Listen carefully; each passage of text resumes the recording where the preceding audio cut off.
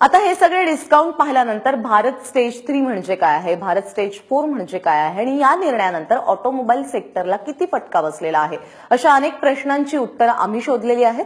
जाणून घेऊयात. काय आहे हा निर्णय? 1 एप्रिल 2017 पासून भारत टप्पा 3चं इंजिन असलेल्या कार आणि मोटरसायकलची विक्री करण्यास सर्वोच्च न्यायालयानं बंदी घातली. का घातली ही बंदी? भारत टप्पा 3 इंजिनमुळे प्रदूषणात वाढ होते. तुलनेनं भारत टप्पा 4 या इंजिनमुळे प्रदूषण कमी होतं. बंदीमुळे काय झालं?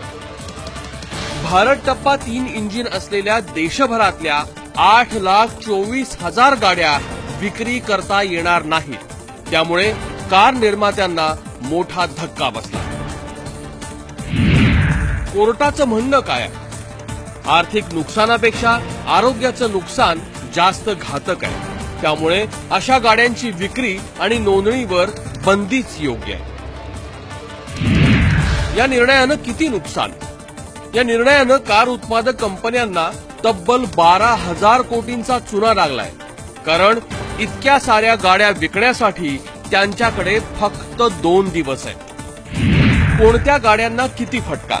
नव्या नियमानुसार 6,71,000 टू व्हीलर्स, 96,000 फोर व्हीलर्स आणि 40,000 थ्री व्हीलर्सवर बंदी घालण्यात आली.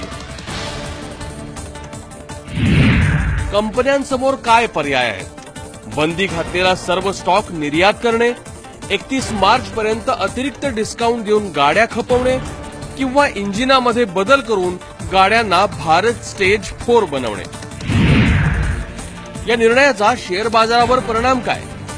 कोर्टाच्या या निर्णयानं ऑटोमोबाईल सेक्टरमधल्या कंपन्यांचे शेअर्स गडगडण्याची शक्यता निर्माण झाली आहे. पण मंडळी, तुम्ही काळजी करू नका, कारण या निर्णयाचा थेट फटका तुम्हा आम्हाला बसलेला नाही. कारण तुम्ही 31 मार्चच्या आधी भारत स्टेज 3 इंजिन असलेली गाडी घेतली असली तरी तुमच्या गाडीची नोंदणी बिनधोकपणे होणार आहे. ब्युरो रिपोर्ट, एबीपी माझा.